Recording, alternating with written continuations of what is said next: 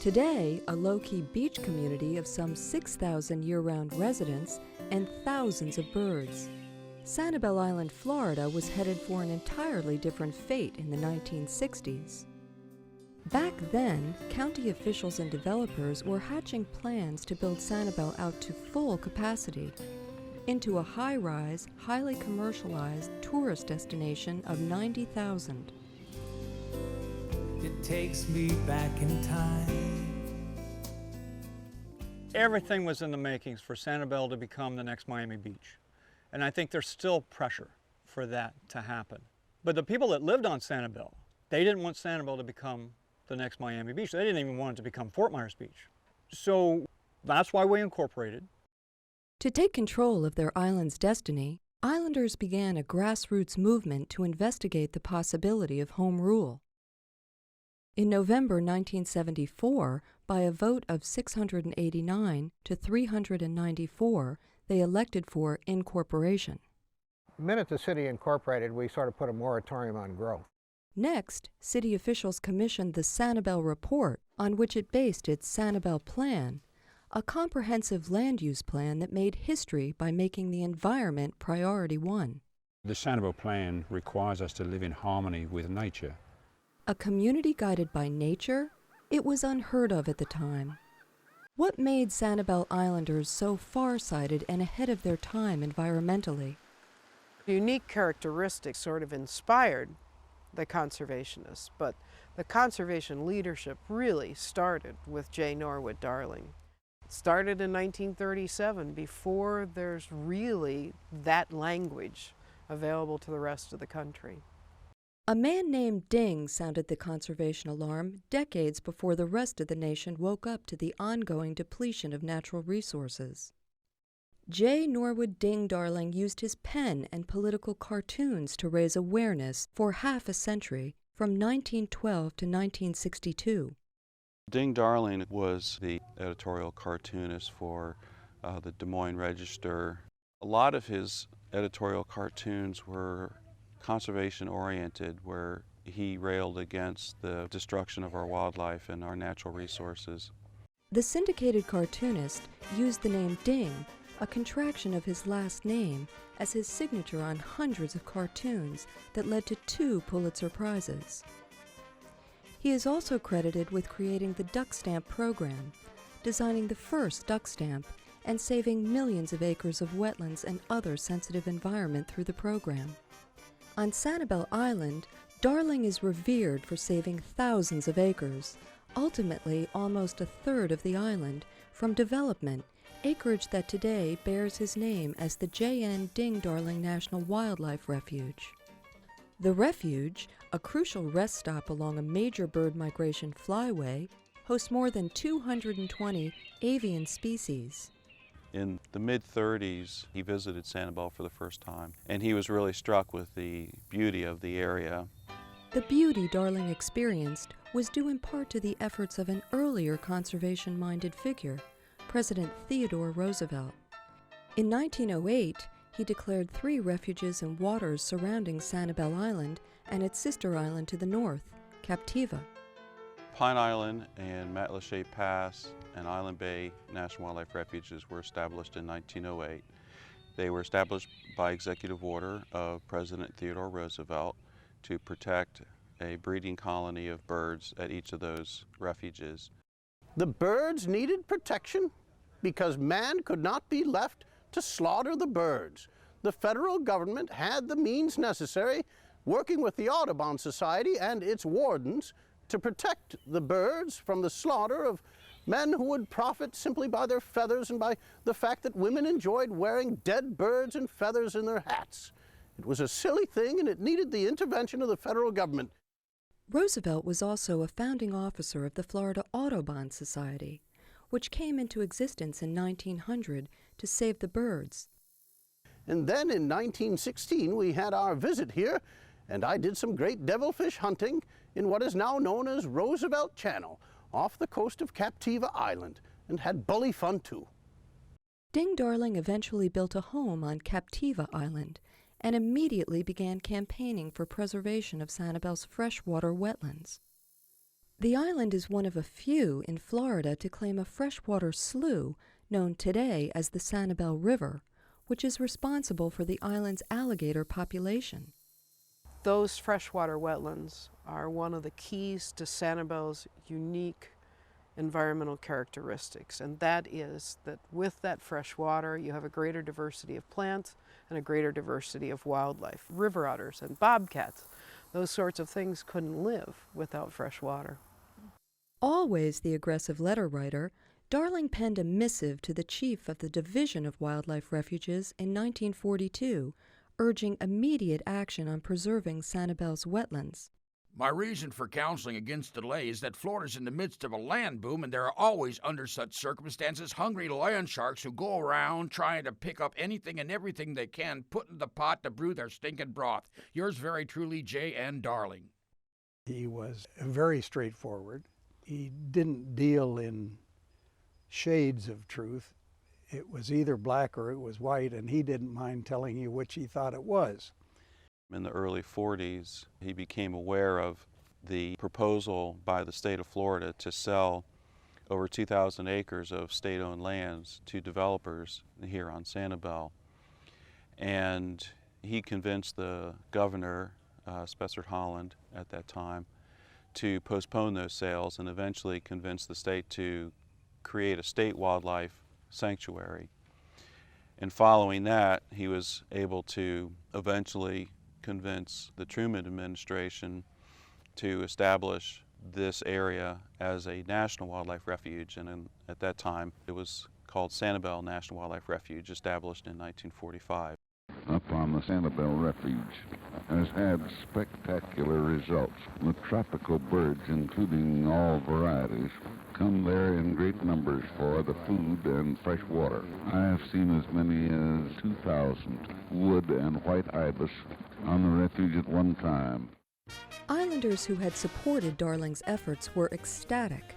Darling appointed his friend Tommy Wood as manager of the new refuge, a man whom, by all reports, was quite a character and devoted entirely to wildlife. Charles LeBoeuf later became Wood's staff of one, stationed at the Sanibel Lighthouse, which the refuge then owned. In 1960, I was fortunate that Ding Darling and his wife came back to Captiva for their last visit. And I had the opportunity to meet Ding Darling twice. And during our first meeting, it was in the office at the refuge at the lighthouse, and we got talking with Tommy Wood, the refuge manager, and myself, and Ding Darling about sea turtles. And Ding Darling's had a real gut interest in conservation, not only waterfowl and wetlands, but also in sea turtles. He and Tommy charged me to do something about sea turtles on Sanibel and Captiva because the mortality from just raccoons alone was really devastating in those early days. The herons dance the bird ballet.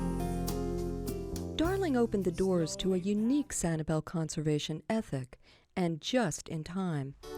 The completion of the Sanibel Causeway in 1963 opened the floodgates to the island. After Darling's death in 1962, Tommy Wood, the local Audubon Society, and other Ding supporters formed a committee to have the refuge renamed after him. When Darling passed away, people on a national scale wanted some sort of memorial to him, and people on a local scale wanted some way of remembering him. For the next 5 years, the national group, which was the Ding Darling Foundation, and the small group here, the Ding Darling Memorial Committee, worked to bring about a land use acquisition plan for the refuge. And also, it took them 5 years to convince Congress that they could actually name a refuge for a person. They had never been named for a person before. Once it achieved its goal in 1967, the Ding Darling Memorial Committee incorporated into the Sanibel Captiva Conservation Foundation. One of the key pushers of conservation on this island that's sort of forgotten was Roy Bezier. Roy Bezier was one of the founders of the SanCap Conservation Foundation, their first executive director, and was a staunch supporter of conservation.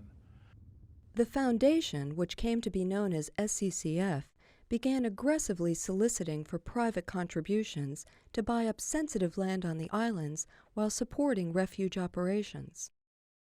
Developers were eyeing 256 acres to subdivide into 1,000 lots in developments to be named Tarpon Bay and Sanibel Gardens. The developments would have engulfed the 102-acre Bailey Tract, a satellite campus of the Ding Darling Refuge. Darling insisted that that duck stamp money be used only for land acquisition for wildlife habitat. And the Bailey Tract was one of those freshwater wetland parcels of land that in the later part of Darling's life, he was able to wrangle some of the congressional monies for land acquisition of the Bailey Tract. Bazir and his cohorts jumped into action, persuading landholders in the Sanibel Gardens development to sell their lots to SCCF, especially after hearing the county's plan to build an offshore highway through refuge lands. Today, the acreage bears the SCCF logo among more than 30 preserved tracts on and around Sanibel and Captiva, purchased by private funding. The city also owns land earmarked for preservation, thanks to that early Sanibel plan. When it all got sorted out, the best tool that we had to preserve the conservation ethic here and to give it an opportunity to flourish was to incorporate. Through groundbreaking legislative measures, the city of Sanibel brought a halt to rampant development, later governing it with its pioneering rate of growth ordinance. We said, no, this is going to be a small government, it will always be, and the purpose of it is to protect the quality of life here through legal land use planning and zoning. Feeding alligators became a tremendous problem on the island. Alligators in some respects were threatening people. So to prevent the interaction between humans and alligators, I drafted an ordinance and the city council passed it where we prohibited feeding alligators on Sanibel. That city law later became the model for state legislation. LaBeouf had already formed Coretta Research in 1968 to protect the endangered sea turtles that nest on island beaches. Its influence reached well beyond Sanibel. We had 17 units along the southwest Florida coast. Other wildlife protection agencies organized after the causeway opened. In 1968, one woman's concern for birds injured on the causeway led to the formation of CROW, which today stands for the Clinic for the Rehabilitation of Wildlife, one of Florida's first such animal hospitals. I operated out of my backyard, so to speak, till about 1975. I had probably, at one time, I had about 40-some pelicans. I would have owls and hawks and crows and seagulls, just all manner of critters there. The Sanibel Captiva Audubon Society, which had formed in 1953, also actively petitioned for the welfare of birds and other island wildlife. The speed limit in 1960 was 65 miles an hour on Sandcap Freeway. As you know, it's 35 now officially, and we try to discourage people from going anything more than that. But Audubon was able to document the demise of the critters along that freeway, so to speak. And again, by doing good science, even locally, we were able to stop the destruction of the animals along the Sandcap Road on the way to the refuge. Audubon members acted as the original volunteer rovers along the refuge's wildlife drive, policing and educating visitors. Those efforts ultimately evolved into the Ding Darling Wildlife Society, one of the first national wildlife refuge friends groups in the nation. They have been very instrumental in advancing the educational goals of the refuge, and in fact, this is probably the most active and largest contributing friends group that we have in the country. Sanibel owes a debt of gratitude to people such as Darling, Bazir, and Willis and Opal Coombs, who actually once stood off a bulldozer with a crossbow. Many other environmental heroes followed in their footsteps. I just basically said I want to help. So the next thing I knew, George Weymouth had me wrestling alligators, and George Campbell did too. Westall, first involved in relocating nuisance alligators and monitoring the local population, next stepped up to save the ospreys by forming the International Osprey Foundation to survey populations, build nesting platforms, and fund projects around the world. From 1979 to now, we've gone from 35 to right around 100 pair, just on Sanibel.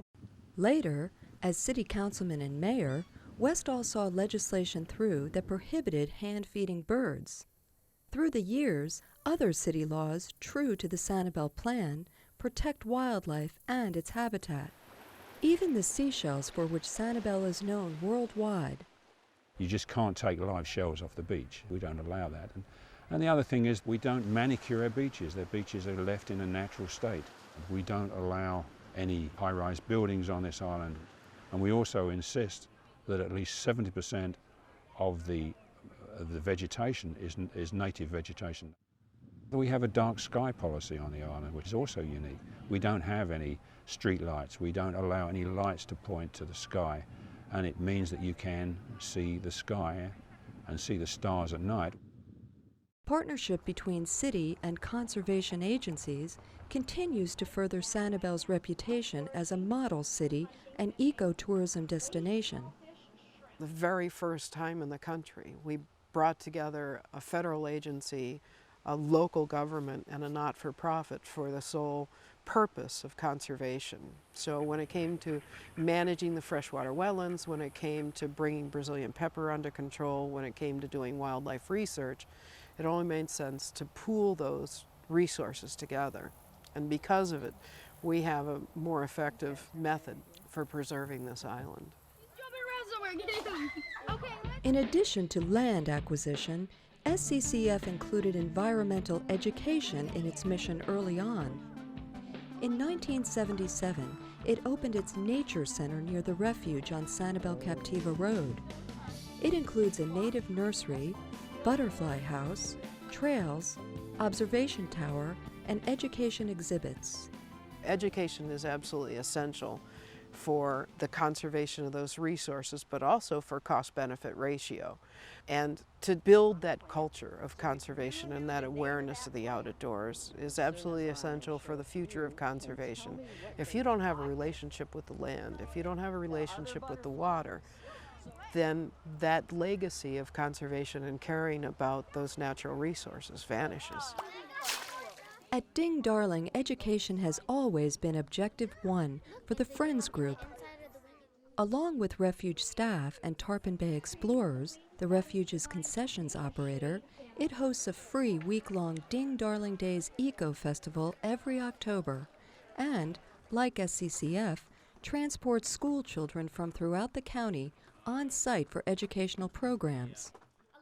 One major educational tool is the Federal Junior Duck Stamp Program, which began here in 1989 through the vision of an art teacher at the elementary school next door to the refuge.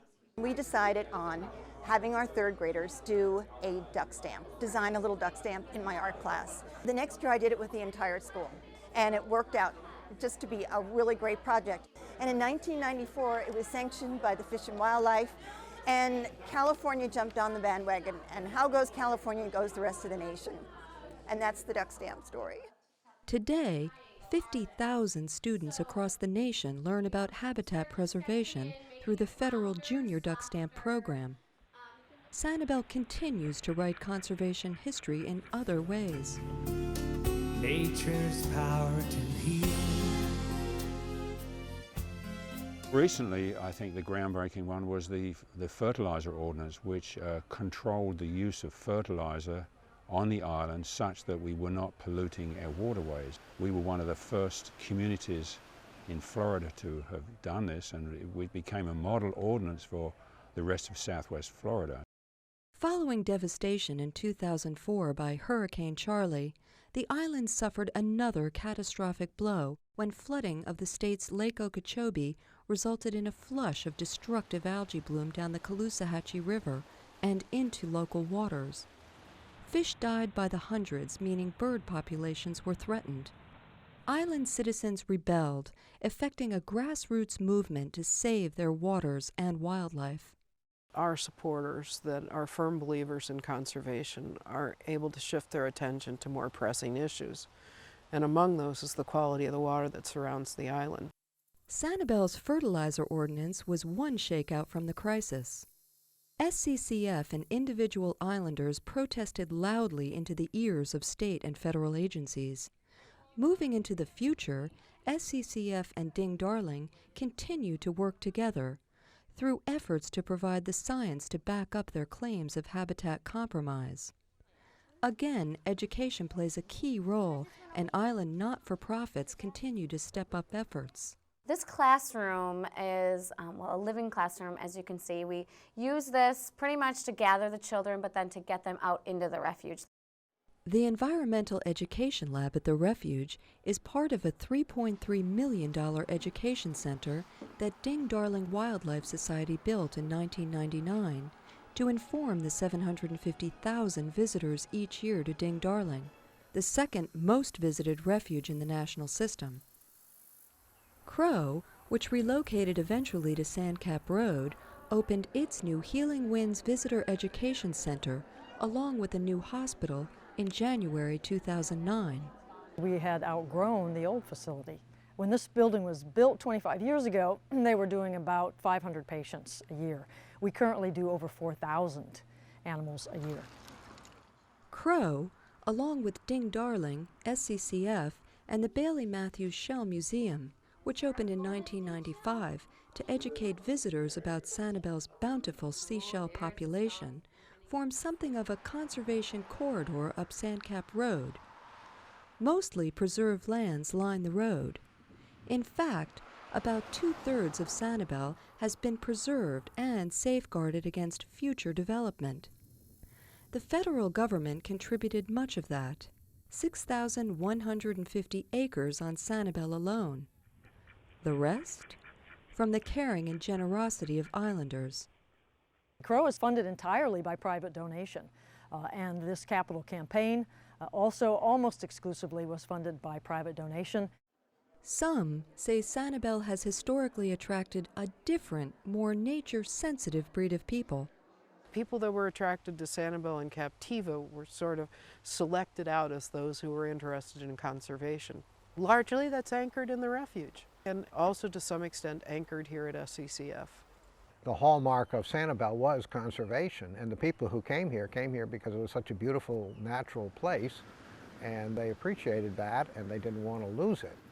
Some also are concerned that islander propensity toward resource stewardship is waning with a change in population trends. We're finding a more absentee owner for the island, people who are investing in rental units and those sorts of things. And I think it's going to be a real challenge to reach those people and for them to understand that what is here on and around Sanibel and Captiva are not here by accident. The problem with lowering human density is that you can say you want to be an environmentalist, but you may also attract a lot of people that are here because they want the rest of the people that come to Florida to go somewhere else. The city of Sanibel was a grand experiment that has succeeded for more than 30 years. Can humans and nature continue to coexist? Can Sanibel Island still balance wildlife needs with demands from its commercial resort reputation? The quality of the water coming down the Caloosahatchee, the population growths in all of South Florida. Those challenges from the outside are going to press harder and harder on Sanibel, Captiva, and Pine Island Sound.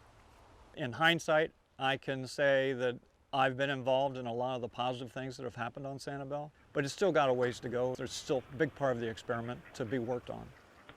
In the meantime, islanders continue to support environmental causes and projects.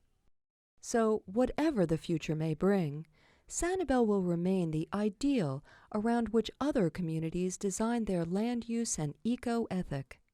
I don't think we were consciously thinking ecotourism. I think what we were thinking is there a way you can have a vibrant economy on an island where you keep the density under control? And basically the answer to your formula is yeah.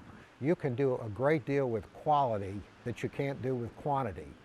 This island is so unique. As an educator, you can't but be proud to work here and follow in the footsteps of Ding Darling and some amazing people that are still with us today, but some that are long gone and want to continue the conservation ethic.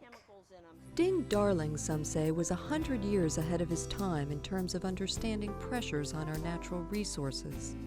By his very presence on Sanibel and Captiva Islands, he bequeathed his forward thinking to the citizens of the two islands. From the protection of its first refuge islands to its grassroots efforts to establish first a national wildlife refuge and later a city guided by nature, Sanibel Island reflects a century of fighting to preserve its natural wonders. Such is Sanibel's legacy to a world that is now beginning to catch up with the knowledge that Ding Darling first shared more than 70 years ago. We're really lucky. We're really lucky that people saw this, were inspired by it, and decided to work to defend it. Sanibel sunset over the bay. To purchase a copy of this and other WGCU-produced programs, go to WGCU.org or call 1-888-824-0030. This program was produced for the citizens of Southwest Florida by WGCU Public Media. Show your appreciation for programs like these. Become a member of WGCU, a business supporter, or leave a legacy through estate or planned gift. Call or visit our website at WGCU.org.